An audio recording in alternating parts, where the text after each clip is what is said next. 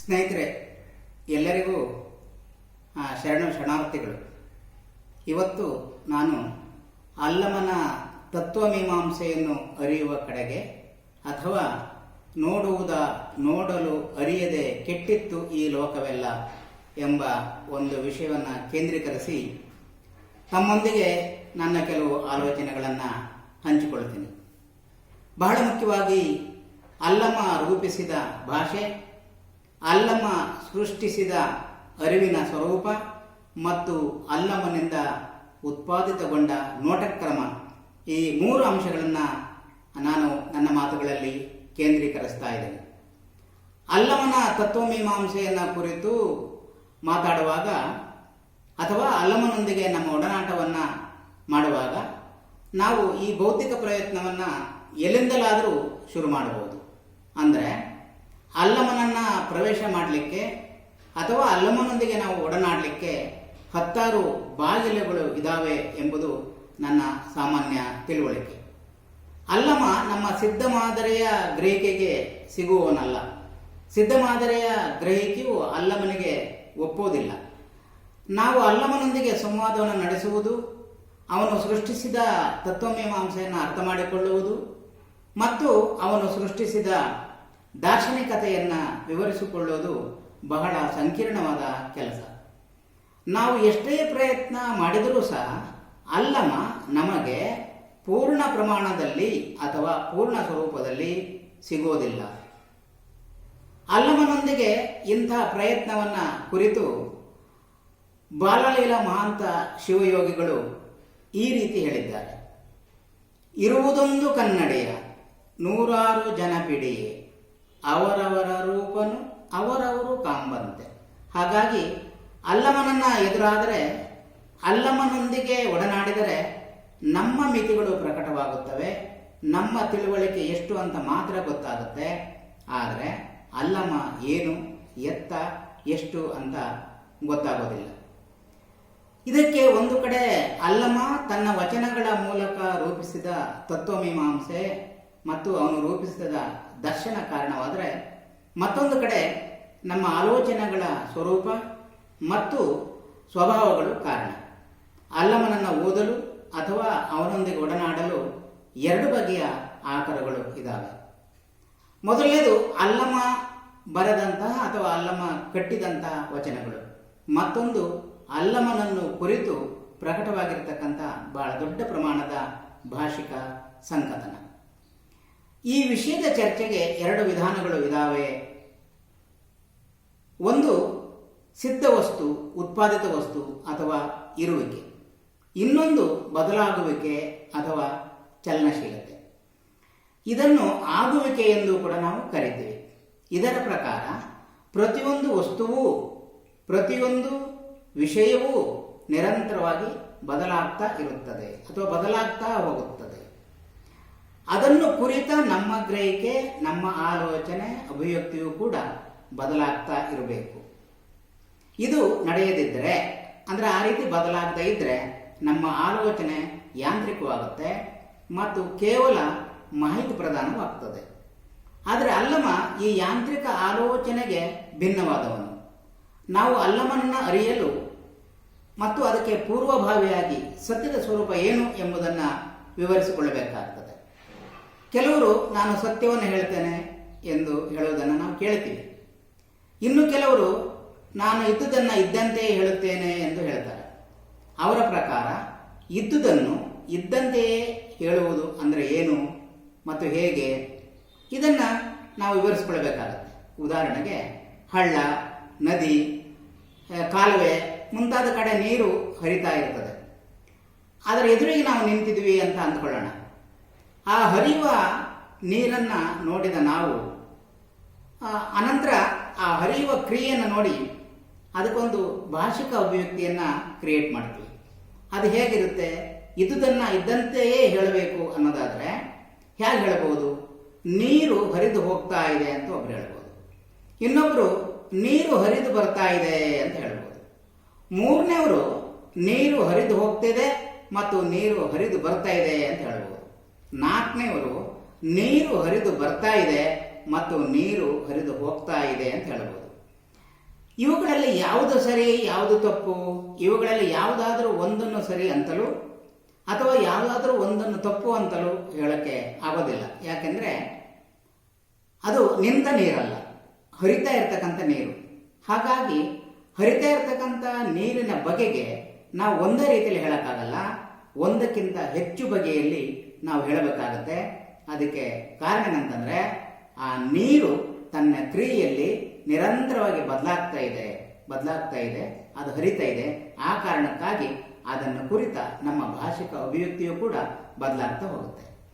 ಇಡೀ ಪ್ರಪಂಚ, ನಿಸರ್ಗ ಮತ್ತು ಮನುಷ್ಯ ಜೀವನ ಇವು ನಿರಂತರವಾಗಿ ಬದಲಾಗ್ತಾ ಇರ್ತವೆ. ಯಾವುದೂ ಕೂಡ ಜಡವಾಗಿ ಇರೋದಿಲ್ಲ. ಹಾಗೆ ಜಡವಾಗಿರ್ತವೆ ಅಂತ ನಾವು ತಿಳಿದ್ರೆ ಆ ತಿಳುವಳಿಕೆ ಜಡವೇ ಹೊರತು ಅದರ ವಸ್ತುಸ್ಥಿತಿ ಜಡ ಅಲ್ಲ. ಪ್ರಪಂಚ, ನಿಸರ್ಗ ಮತ್ತು ಮನುಷ್ಯ ಜೀವನ ಇವು ನಿರಂತರವಾಗಿ ಬದಲಾಗ್ತಾ ಇರೋದರಿಂದ ಈ ಬದಲಾಗುವ ಬಗೆಯನ್ನು ಬದಲಾಗುವ ಕ್ರಮದಲ್ಲೇ ನಾವು ತಿಳಿಬೇಕಾಗತ್ತೆ. ಹಾಗೆ ತಿಳಿದರೆ ಅಂಥ ತಿಳುವಳಿಕೆ ಜಡ ಅಲ್ಲ, ಅದು ಚಲನಶೀಲ. ಅಂದರೆ ಬದಲಾಗುವ ಪರಿಯಲ್ಲೇ ಗ್ರಹಿಸಬೇಕು, ತಿಳಿಯಬೇಕು ಮತ್ತು ಅಭಿವ್ಯಕ್ತಿಸಬೇಕು. ಜಗತ್ತಿನ ತತ್ವಶಾಸ್ತ್ರದಲ್ಲಿ ಲೋಕವನ್ನು ಗ್ರಹಿಸುವ ಈ ಕ್ರಮಗಳ ಬಗೆಗೆ ಸಾಕಷ್ಟು ಅಧ್ಯಯನಗಳು ನಡೆದಿದ್ದಾವೆ. ಜೈನ ತತ್ವಜ್ಞಾನದಲ್ಲಿ ಏಕಾಂತವಾದ, ಅನೇಕಾಂತವಾದ, ಸ್ಯಾದ್ವಾದ ಎಂಬ ಪರಿಕಲ್ಪನೆಗಳು ಇದ್ದಾವೆ. ಬೌದ್ಧ ತತ್ವಜ್ಞಾನದಲ್ಲಿ ಪ್ರತೀತ್ಯ ಸಮುತ್ಪಾದ ಸಿದ್ಧಾಂತ ಇದೆ. ಈ ಪರಿಕಲ್ಪನೆಗಳು ಜಗತ್ತು ಹಾಗೂ ನಿಸರ್ಗ ಬದಲಾಗುವ ಪರಿಯನ್ನ ಆ ಬದಲಾಗುವ ಕ್ರಮದಲ್ಲೇ ಅರಿಯುವ ಜ್ಞಾನ ಮೀಮಾಂಸೆ. ವಿಶೇಷವೆಂದರೆ ವಚನಗಳಲ್ಲಿ ಕೂಡ ಈ ಪರಿಕಲ್ಪನೆ ಅರಿವಿನೆಯ ಬೀಜಗಳು ಇದ್ದಾವೆ.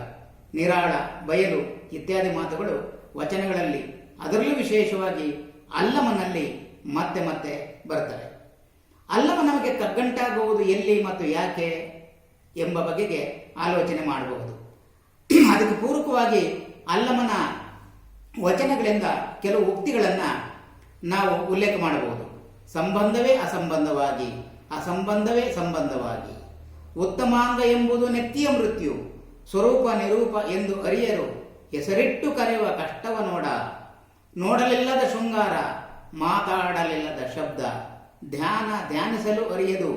ಈ ರೂಪದ ವಚನಗಳು ನಮ್ಮ ಗ್ರಹಿಕೆಯ ಸ್ವರೂಪವನ್ನು ಅಲ್ಲಾಡಿಸ್ತವೆ. ಈ ಸ್ವರೂಪವನ್ನು ವಿವರಿಸಲು ಸಾಧ್ಯವೇ ಅಥವಾ ನಿರೂಪವನ್ನು ವಿವರಿಸಲು ಸಾಧ್ಯವೇ? ಇವೆಲ್ಲವೂ ಅವಕ್ಕೆ ನಾವು ಇಟ್ಟಿರುವ ಹೆಸರು ಅಷ್ಟೇ. ಇದು ಅಲ್ಲಮನ ಅತ್ಯಂತ ಸ್ಪಷ್ಟವಾದ ಮತ್ತು ಖಚಿತವಾದ ನಿರೂಪಣೆ ಹಾಗೂ ನಿಲುವು. ಅಲ್ಲಮನ ತತ್ವವನ್ನು ಅರಿಯುವ ಸಾಧ್ಯತೆಗಳನ್ನು ಕುರಿತು ಕೆಲವು ವಿಚಾರಗಳನ್ನು ಮುಂದುವರಿಸೋದಾದರೆ, ಈ ತತ್ವವನ್ನು ಅರಿಯುವುದಂದ್ರೆ ಏನು ಎಂಬುದೇ ಮೂಲಭೂತವಾದ ಒಂದು ಪ್ರಶ್ನೆ.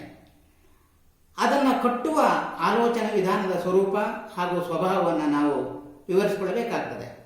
ಆಲೋಚನಾ ವಿಧಾನದ ಸ್ವರೂಪ ಹಾಗೂ ಅದರ ಸ್ವಭಾವವನ್ನು ಎರಡು ಬಗೆಯಲ್ಲಿ ವಿವರಿಸಿಕೊಳ್ಳಬಹುದು. ಆಲೋಚನೆಗಳನ್ನು ಸಿದ್ಧ ವಸ್ತುಗಳು, ಸಿದ್ಧ ಸಾಮಗ್ರಿ ಎಂದು ತಿಳಿಯುವುದು ಒಂದು ಬಗೆ. ಇದನ್ನು ಪ್ರಾಡಕ್ಟ್ ಅಂತ ಕರೀತಾರೆ. ಇದರಲ್ಲಿ ಆಲೋಚನೆಗಳು ಸಿದ್ಧ ಮಾದರಿಯಲ್ಲಿ ಇರ್ತವೆ ಅಥವಾ ವಸ್ತುಸ್ಥಿತಿಯ ಜಡಸ್ಥಿತಿಯನ್ನು ಇದು ಗ್ರಹಿಸುತ್ತದೆ. ಅಂದರೆ ಲೋಕವು ಪರಿವರ್ತನೆ ಆಗ್ತಾ ಇಲ್ಲ, ಬದಲಾಗ್ತಾ ಇಲ್ಲ, ಅದು ಇದ್ದಂತೆ ಇದೆ ಎಂಬ ನಂಬಿಕೆ ಇಲ್ಲಿ ಮುಖ್ಯವಾದದ್ದು. ಹಾಗಾಗಿ ಇದನ್ನ ಇರುವಿಕೆ ಕುರಿತ ಗ್ರಹಿಕೆ ಅಂತ ನಾವು ಕರಿತೀವಿ. ಇದಲ್ಲದೆ ಮತ್ತೊಂದು ಆಲೋಚನಾ ವಿಧಾನ ಇದೆ. ಇದರ ಪ್ರಕಾರ ಲೋಕದಲ್ಲಿ ಪ್ರತಿಯೊಂದು ಬದಲಾಗ್ತಾ ಇರ್ತದೆ, ಪ್ರತಿಯೊಂದು ಪರಿವರ್ತನೆಯಾಗ್ತಾ ಇರ್ತದೆ. ಇದು ಭೌತಿಕ ನೆಲೆ ಮತ್ತು ಅಭೌತಿಕ ನೆಲೆ ಎರಡರಲ್ಲೂ ಸದಾ ನಡೀತಾ ಇರ್ತದೆ. ಅದು ನಿಸರ್ಗ ಇರ್ಬೋದು, ಪರಿಸರ ಇರ್ಬೋದು, ಪ್ರಕೃತಿ ಇರ್ಬೋದು, ಮಾನವರ ಬಹಿರಂಗ ಮತ್ತು ಅಂತರಂಗದ ಬದುಕಿರ್ಬೋದು.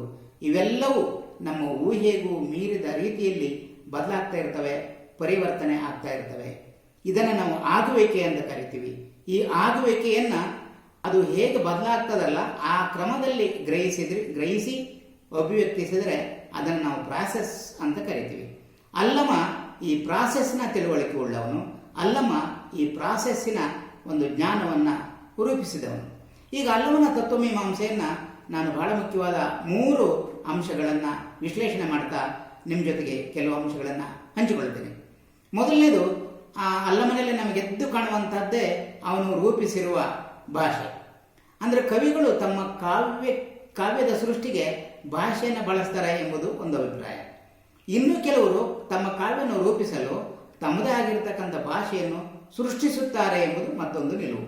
ನಿಜವಾಗಲೂ ಅಲ್ಲಮ ಅವನ ಕಾಲದಲ್ಲೇ ಇದ್ದಂಥ ಭಾಷೆಯನ್ನು ಬಳಸಲಿಲ್ಲ. ಅವನು ತನ್ನ ತತ್ವಮೀಮಾಂಸೆಯ ವಚನಗಳ ಮೂಲಕ ಹೇಳಲಿಕ್ಕೆ ತನ್ನದೇ ಆಗಿರ್ತಕ್ಕಂಥ ಒಂದು ಕಾವ್ಯ ಭಾಷೆಯನ್ನು, ಕಾವ್ಯ ಶಿಲ್ಪವನ್ನು, ಕಾವ್ಯದ ಭಾಷಿಕ ಅಭಿವ್ಯಕ್ತಿ ಕ್ರಮವನ್ನು ಅವನು ರೂಪಿಸಿದ ಮತ್ತು ಸೃಷ್ಟಿಸಿದ. ಅಲ್ಲಮ ಕವಿಯಾಗಿ ತತ್ವಮೀಮಾಂಸಕನಾಗಿ ತನ್ನದೇ ಭಾಷೆಯನ್ನು ಸೃಷ್ಟಿಸಿಕೊಂಡಿರುವುದು ಒಂದು ಬಗೆ. ಇದು ಕೆಲವು ಕವಿಗಳಲ್ಲಿ ಹಾಗೂ ತತ್ವಮೀಮಾಂಸಕರಲ್ಲಿ ಕ್ರಿಯಾಶೀಲವಾಗಿರುತ್ತದೆ. ಅಲ್ಲಮನಲ್ಲಿ ಇದು ಅತ್ಯಂತ ಉತ್ಕೃಷ್ಟ ಮಟ್ಟದಲ್ಲೇ ಇದೆ ಅನ್ನೋದು ಅವನ ವಚನಗಳನ್ನು ನಾವು ಗಮನಿಸಿದರೆ ಗೊತ್ತಾಗುತ್ತೆ. ಅಂಥ ಕೆಲವು ವಚನಗಳನ್ನು ನಾವು ಉಲ್ಲೇಖ ಮಾಡೋದಾದರೆ, ಆಶಯ ವೇಷ ಧರಿಸಿ ಭಾಷೆ ಪಲ್ಲಟವಾದರೆ ಎಂತಯ್ಯ ಶರಣ ಪದವೇದ್ಯಬಹುದು. ಆಶಯ ವೇಷದ ಭಾಷೆಗೆ ಗುಹೇಶ್ವರನೇ ಸಾಕ್ಷಿಯಾಗಿ ಛೀ ಎಂಬೆನು. ಭಾಷೆ ಎಂಬುದು ಪ್ರಾಣಘಾತುಕ, ಶಬ್ದದ ಲಜ್ಜೆಯ ನೋಡ, ಮಾತೆಂಬುದು ಜ್ಯೋತಿರ್ಲಿಂಗ, ಶಬ್ದ ಸಂಭ್ರಮದಲ್ಲಿ ಹಿಂದುಗಾಣರು ಮುಂದುಗಾಣರು. ಆಳವನು ಅರಿಯದ ಭಾಷೆ ಬಹುಕುಳವಾದ ನುಡಿ, ಎಂತು ಎರಡರ ನುಡಿ ಹುಸಿಯಯ್ಯ. ಬಹುಭಾಷಿತರು ಸುಭಾಷಿತ ವರ್ಜಿತರು, ಶರಣಸತಿ ಲಿಂಗಪತಿ ಎಂಬರು ಹುಸಿಯಯ್ಯ. ಶಬ್ದ ಸಂಭ್ರಮದ ಮದವು ಅಳಿಯದೆ. ಇಂಥ ಅನೇಕ ವಚನಗಳ ಸಾಲುಗಳಲ್ಲಿ ಅಲ್ಲಮ ಸೃಷ್ಟಿಸಿರ್ತಕ್ಕಂಥ ಅಸಾಮಾನ್ಯವಾದ ಭಾಷಿಕ ಜ್ಞಾನ ಇದೆ. ಅಂದರೆ ಅಲ್ಲಮ ತನ್ನದಾಗಿರ್ತಕ್ಕಂಥ ಭಾಷೆಯನ್ನು ಸೃಷ್ಟಿಸುವುದರ ಜೊತೆಗೆ ಭಾಷೆ ಎಂದರೆ ಏನು, ಅದರ ಸಾಮಾಜಿಕ ಕ್ರಿಯಾಶೀಲತೆ, ಜ್ಞಾನಕ್ಕೆ ಸಂಬಂಧಪಟ್ಟಿರ್ತಕ್ಕಂಥ ಕ್ರಿಯಾಶೀಲತೆ, ಅದರ ಸ್ವಭಾವ ಏನು ಎಂಬುದನ್ನು ಕೂಡ ಅವನು ಸೃಷ್ಟಿಸಿದ, ತನ್ನ ಭಾಷೆಯೇ ಮೂಲಕವೇ ಅವನು ಅಭಿವ್ಯಕ್ತಿಸಿದ್ದಾನೆ ಎಂಬುದು ಬಹಳ ದೊಡ್ಡ ಹೆಚ್ಚುಗಾರಿಕೆ ಅಂತ ನನಗೆ ಅನಿಸ್ತದೆ. ನೋಡಲಿಲ್ಲದ ಶೃಂಗಾರ, ಮಾತಾಡಲಿಲ್ಲದ ಶಬ್ದ, ಹೀಗೆ ಅನೇಕ ಆ ವಚನದ ಸಾಲುಗಳು ನಮ್ಮನ್ನು ದಿಗ್ಭ್ರಮೆಗೊಳಿಸ್ತವೆ. ಇನ್ನು ಅಲ್ಲಮ ರೂಪಿಸಿದ ಅರಿವಿನ ಸ್ವರೂಪ ಯಾವುದು? ಅರಿವು ಕುರಿತ ವಿಚಾರ ಅಲ್ಲಮನ ಬಹುತೇಕ ವಚನಗಳಲ್ಲಿ ಬರ್ತದೆ. ಅರಿವು ಮತ್ತು ತಿಳಿವು ಈ ಎರಡು ಪದಗಳು ಹಾಗೂ ಅವುಗಳು ಕೊಡುವ ಅರ್ಥ ಸಾಧ್ಯತೆಗಳನ್ನು ಕನ್ನಡ ಚಿಂತನೆಯಲ್ಲಿ ಒಂದು ಹಂತದಲ್ಲಿ ಸಂವಾದ ನೆಲೆಯಲ್ಲಿ ಒಪ್ಪಲಾಗಿದೆ. ಆದರೆ ಅವೆರಡಕ್ಕೂ ಸೂಕ್ಷ್ಮವಾದ ವ್ಯತ್ಯಾಸಗಳಿದ್ದಾವೆ. ಅದರ ಚರ್ಚೆಗೆ ನಾನು ಇಲ್ಲಿ ಹೋಗೋದಿಲ್ಲ. ಇವೆರಡಕ್ಕೂ ತಾತ್ವಿಕ ನೆಲೆಯಲ್ಲಿ ಇರುವ ಸಾಮ್ಯತೆ ಅಂದರೆ ಇವೆರಡೂ ಕೂಡ ಪ್ರಕ್ರಿಯೆಗಳು. ಅರಿಯುವುದು, ತಿಳಿಯುವುದು, ಹೀಗೆ ಇವೆರಡೂ ಪ್ರಕ್ರಿಯೆಗಳು. ಅರಿಯುವುದರಿಂದ ಅರಿವು ಸೃಷ್ಟಿಯಾಗ್ತದೆ ಮತ್ತು ತಿಳಿಯುವುದರಿಂದ ತಿಳಿವು ಕೂಡ ಸೃಷ್ಟಿಯಾಗುತ್ತೆ. ಇದಕ್ಕೆ ಪೂರಕವಾಗಿ ಅಲ್ಲಮನ ಕೆಲವು ವಚನಗಳನ್ನು ನಾವು ನೋಡೋದಾದರೆ, ಅರಿದು ಅರಿದು ಅರಿವು ಬಂಜೆಯಾಯಿತು, ಮರೆದು ಮರವು ಬಂಜೆಯಾಯಿತು, ಅರಿದೆ ಎಂಬುದು ಬಯಲು, ಅರಿಯ ಎಂಬುದು ಬಯಲು, ಉಪಮೆಯಿಸಲು ಅರಿಯದೆ ಉಪಮಾತೀತವೆನ್ನುತ್ತಿದ್ದಿತು, ಅರಿವಿನ ಮರೆಯಲ್ಲಿ ಇರ್ದುದು, ಪರಾಪರವೆಂದು ನುಡಿಯುತ್ತಿದ್ದಿತು, ಧ್ಯಾನಿಸಲು ಅರಿಯದು, ತನ್ನ ಅರಿದವಂಗೆ ಇದಿರೆಂಬುದು ಇಲ್ಲ, ತನ್ನ ಅರಿದವಂಗೆ ಇದಿರೆಂಬುದು ಉಂಟು, ಆವ ಸಂಬಂಧವನ್ನೂ ಅರಿಯರು, ಇದೆಂತೋ ಅರಿಯಲೇಬಾರದು, ಇದೆಂತೋ ಅರಿಯಲೇಬಾರದು, ಅರಿವು ತೋರದೆ ಇರಬೇಕು, ಹಿರಿಯರು ತಮ್ಮ ತಮ್ಮ ಅರಿಯದೆ ಕೆಟ್ಟರು, ತನ್ನ ಅರಿಯದ ಅರಿವು ಎಂತುಟೋ, ತನ್ನ ಮರೆ ಎಂತುಟೋ. ಇಂಥ ಅನೇಕ ವಚನದ ಸಾಲುಗಳನ್ನು ನಾವು ಈ ಸಂದರ್ಭದಲ್ಲಿ ನೆನಪು ಮಾಡ್ಕೋಬಹುದು. ತನ್ನ ಅರಿದವಂಗೆ ಇದಿರು ಎಂಬುದು ಇಲ್ಲ, ತನ್ನ ಅರಿದವಂಗೆ ಇದಿರು ಎಂಬುದು ಉಂಟು. ಇಂಥ ರಚನೆಗಳ ಮೂಲಕ, ಇಂಥ ಸಂಬಂಧಗಳನ್ನು ಕಲ್ಪಿಸುವುದರ ಮೂಲಕ ನಮ್ಮ ಜಾಡಿಗೆ ಬಿದ್ದಿರುವ ಗ್ರಹಿಕೆಯ ನೆಲೆಗಳನ್ನು ಅಲ್ಲಮ ಒಂದೇ ಸಲ ಭೇದಿಸಿಬಿಡ್ತಾನೆ. ಅರಿದು ಅರಿದು ಅರಿವು ಬಂಜೆಯಾಯಿತು, ಮರೆದು ಮರವು ಬಂಜೆಯಾಯಿತು. ಮೇಲಿನ ಈ ವಚನದ ಸಾಲುಗಳ ಗ್ರಹಿಕೆಯ ಮುಂದುವರಿಕೆಯಂತೆ ಇವೆ ಅಂತ ನನಗೆ ಅನಿಸ್ತದೆ. ಇನ್ನು ಅಲ್ಲಮ ತನ್ನ ದರ್ಶನದ ಮೂಲಕ, ತನ್ನ ತತ್ವಮೀಮಾಂಸೆಯ ಮೂಲಕ ರೂಪಿಸಿದ ನೋಟಕ್ರಮ ಯಾವುದು? ಇದರ ಚರ್ಚೆಗಿಂತ ಮೊದಲು ನಾನು ನೋಟಕ್ರಮಕ್ಕೆ ಸಂಬಂಧಪಟ್ಟಂತಹ ವಚನದ 2-3 ಸಾಲುಗಳನ್ನು ತಮ್ಮೊಂದಿಗೆ ಹಂಚಿಕೊಳ್ತೀನಿ.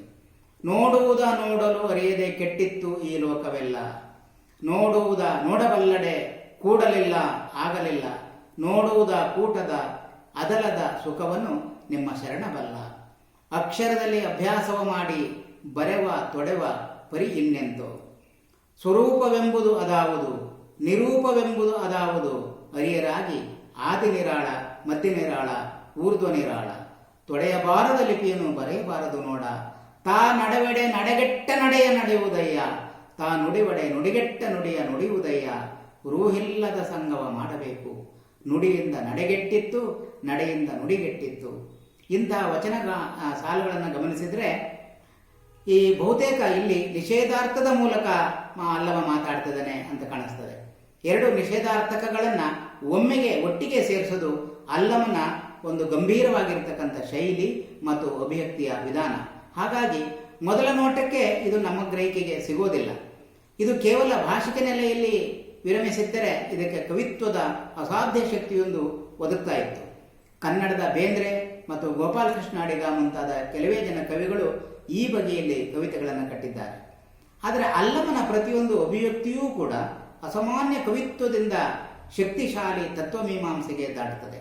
ಅಥವಾ ಇದನ್ನು ಹೀಗೂ ಹೇಳಬಹುದು ಅಂತ ಕಾಣಿಸ್ತದೆ. ಅಲ್ಲಮ ತನ್ನ ಶಕ್ತಿಶಾಲಿ ತತ್ವಮೀಮಾಂಸೆಯನ್ನ ವಚನವನ್ನಾಗಿ ಕವಿತ್ವವನ್ನಾಗಿ ಅರಳಿಸುತ್ತಾನೆ.